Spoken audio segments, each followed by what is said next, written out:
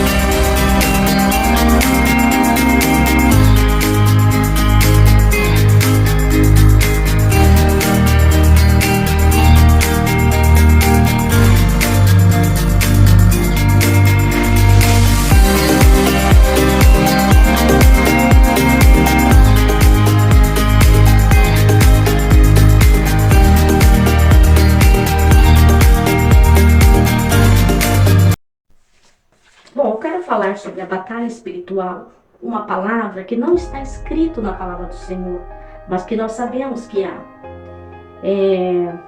Tem coisas na palavra do Senhor que não estão escritas, mas a gente subentende. Há uma guerra entre o bem e o mal. E aí, as pessoas denotaram isso como batalha espiritual. Porque na Bíblia fala muito sobre militância, a militância de Cristo, o reino de Deus, a guerra espiritual. Então, concluindo, eles acharam que este movimento, esta luta, esta briga entre o bem e o mal, se chama batalha espiritual, para ficar mais fácil. Mas nós temos que, para finalizar o meu estudo, porque hoje eu vou finalizar, tá? Porque eu já fiz outros estudos, né? Acho que esse é o terceiro, se não me engano, terceiro ou quarto. Eu quero dizer que sim, há uma batalha espiritual. Existem os demônios do Senhor, existem os anjos de Deus. Os demônios são aqueles onde Jesus, em Colossenses, na Bíblia diz que Jesus Cristo, quando ele ressuscitou dos mortos ao terceiro dia, ele foi crucificado e ao terceiro dia ele ressuscitou. E aí diz na palavra do Senhor, Colossenses, que eu vou colocar aqui o versículo para vocês, aqui por aqui, diz assim que Jesus Cristo triunfou sobre Satanás e seus demônios e os expôs publicamente. Tá? Então Jesus Cristo venceu a Satanás. E aí em Efésios, o capítulo 1 diz que Deus, depois de 40 dias que ele esteve aqui na terra, com os discípulos, depois da ressurreição dele ao terceiro dia, corpo glorificado, imortal e incorruptível, diz que Jesus Cristo de Nazaré, ele foi assunto aos céus, né? E antes de ser assunto aos céus, ele disse para os discípulos: é-me dado todo o poder, tanto nos céus como na terra. Ele disse isso. O próprio Jesus, se você pegar Mateus 28, 18, tá? E quando Jesus estava aqui na terra, né, ele ensinou os discípulos, né? Ele expulsava os demônios. Ele fazia essas coisas. E aí depois ele foi colocado ao lado direito do Pai, quando ele foi assunto, subiu aos céus, né? E os anjos o levaram, que está escrito em Atos sobre isso, capítulo 1. Apareceu dois anjos e disse: esse varão que você vê subindo, que vocês veem subindo, será o mesmo que voltará, né? Então, da mesma forma que Jesus Cristo subiu, ele vai descer para nos levar no arrebatamento, né? Então, meus amados, em Efésios capítulo 1, eu não lembro qual versículo que é, mas eu vou colocar aqui também, diz assim, que Jesus Cristo, Deus o colocou à direita dele acima de todo principado, potestade, dominadores deste mundo tenebroso. Ou seja, são hierarquias de anjos, anjos do mal. Também existem as hierarquias dos anjos do bem. Então existe uma guerra entre o bem e o mal. E na passagem do Novo Testamento existe uma passagem que Jesus Cristo diz que o mundo jaz no maligno. Tá? Após a subida de Cristo, os discípulos receberam o poder do Espírito Santo, né? Quando Jesus Cristo diz: permanecer aqui em Jerusalém até que vós sejais revestidos de poder, antes dele subir. Então, depois disso, aí ele disse: se eu não subir, o Consolador, que é o Espírito Santo, ele não virá. Quando ele subiu, passado eu não sei quantos dias, né? O Espírito Santo veio, que é o Pentecostes. Eles estavam no cenáculo, reunidos. O Espírito Santo veio, tomou os discípulos, eles começaram a falar em línguas, né? E aí eles tiveram o poder para fazer o quê? Fazer aquilo que Jesus Cristo disse para Pedro: Pedro, sobre essa pedra edificarei a minha igreja, né? Que era o que Jesus queria, espalhar a palavra dele. Então aí veio também Paulo, que era contra os cristãos, mas depois ele se converteu numa visão que ele teve de Jesus Cristo de Nazaré. E então Paulo, ele também foi usado para fundar igrejas, como em Corinto, que se tornou aquele livro, as cartas de Paulo, fala epístolas, né? As epístolas de Corinto, de Coríntios, Tessalônica, fica tudo no Oriente Médio ali, na parte ali onde Jesus Cristo viveu. Começou por ali, tá? Eles começaram a evangelizar e começou por ali. A carta aos Tessalônica, aos Colossos, a cidade de Colossos, Colossenses, a epístola de Colossenses. 1 Timóteo, a carta de Timóteo, que era um discípulo de Paulo, né? A carta de Pedro, né? Tem a carta de Pedro também. E também tem a carta de Filipenses, onde Paulo foi a Filipo, a cidade de Filipo. Então ele evangelizou os filipenses, né? As pessoas que moravam ali.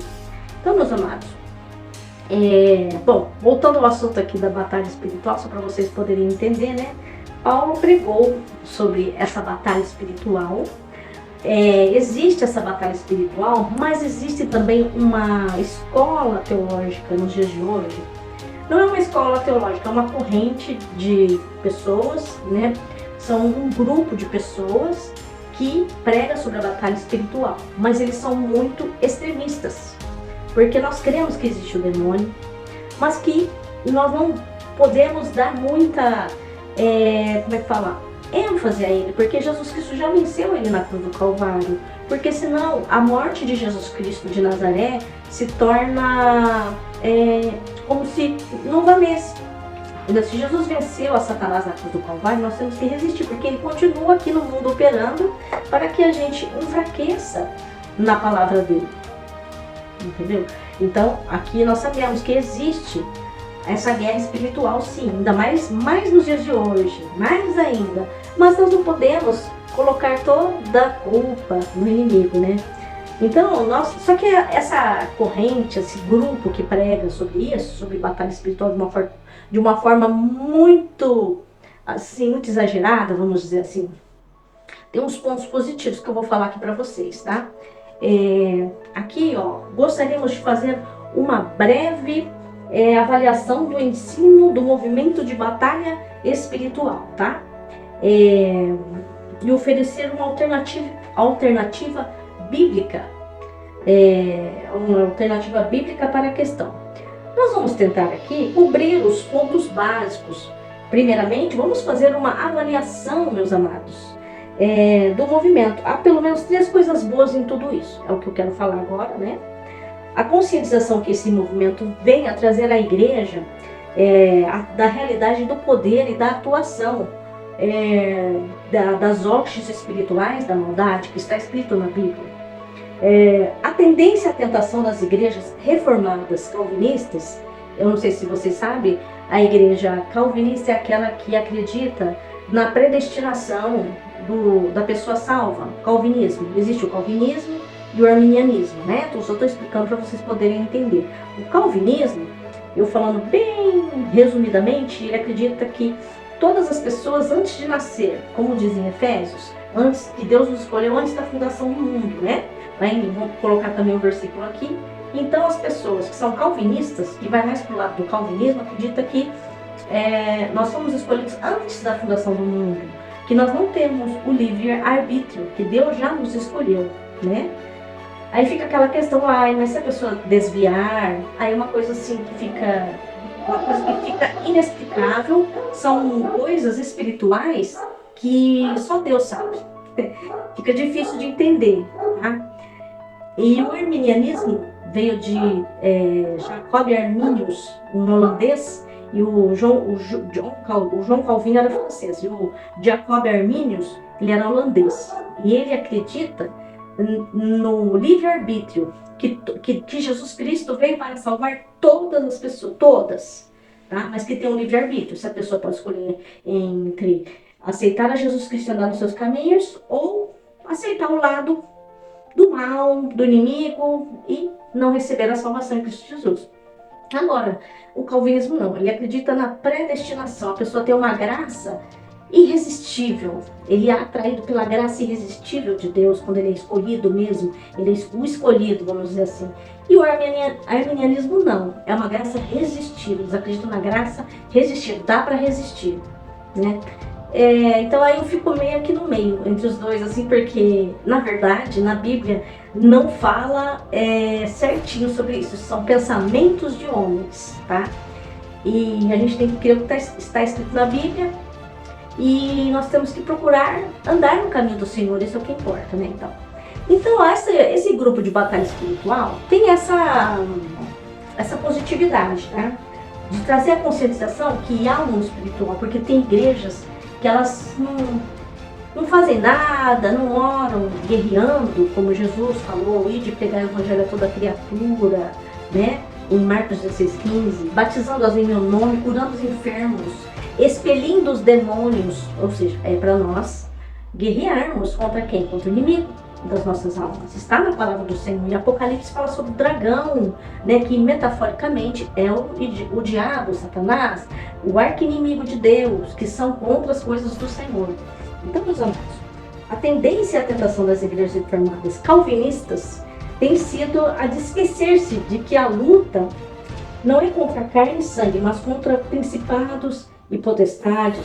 Às vezes a ênfase da igreja reformada calvinista é muito forte na questão do conhecimento, do treinamento doutrinário e da precisão teológica na mente. Tá? Por vezes pensamos que qualquer coisa no reino de Deus sempre se processa no campo das ideias. Sem naturalmente querer desmerecer esta verdade, porque se processa no campo das ideias, mas precisamos destacar que o verdadeiro calvinismo ensina a importância de uma mente preparada, né? Sem se esquecer do valor de um coração aquecido, né? Que deseja ver essa lógica espalhada pelo mundo. Não podemos dissociar essas duas coisas. Se ficarmos só na questão intelectual, seremos reformados frios, né? E o que tem acontecido é o contrário, né? Nós temos que ser reformados sim, conhecer a palavra, mas não se esquecer que existe um texto bíblico que diz que nós não temos que lutar contra a carne ou sangue, mas sim contra os principados, as potestades, né? Está escrito isso em Efésios 6, capítulo 6, do versículo 10 ao 18, tá? Nós vamos colocar esse versículo aqui e vocês podem depois verificar, tá bem, meus amados? Quando Paulo escreveu a carta aos Efésios, ele estava preso e, portanto, impedido de prosseguir na evangelização. Tá? Entretanto, Paulo não via a coisa apenas do ponto de vista meramente humano. Ele estava preso porque o imperador o havia abrigado, né, como preso político e porque os judeus o entregaram ao imperador. Mas Paulo, ao analisar a situação, vê além disso. Tá? Ele sabia que por detrás do imperador e dos judeus que o colocaram ali estavam forças espirituais da maldade nos lugares celestiais. Às vezes a igreja se esquece desse aspecto. É claro que o extremo oposto é de gente que vê o diabo em tudo, tá? Em qualquer coisa, mas o outro extremo é esquecer da existência, da atuação, da realidade dessas forças malignas ao nosso redor. Queremos que esse movimento, mesmo sendo definitivamente estranho aos ensinos bíblicos, pode nos ajudar a corrigir a nossa tendência de ir aos extremos, entende? O segundo ponto positivo é o zelo evangelístico, tá? O zelo evangelístico. Como vimos, este movimento nasceu no campo missionário, tá? Porque Jesus não disse ir e pregar o evangelho. Então é isso. Numa tentativa de ganhar pessoas para Cristo, libertá-las e levar o evangelho a elas. É verdade que hoje o moderno movimento de crescimento de igreja já perdeu muito desse zelo missionário, de ir fazer o ide do Senhor. Nós temos que fazer, tá, meus amados irmãos? Bom, mas eu vou deixar esse daqui para finalizar no outro estudo que eu vou fazer, mas era sobre isso que eu queria falar para vocês, tá bem, meus amados? E eu queria desejar para todos vocês a paz do Senhor. Shalom Adonai. Que Deus esteja abençoando todos vocês.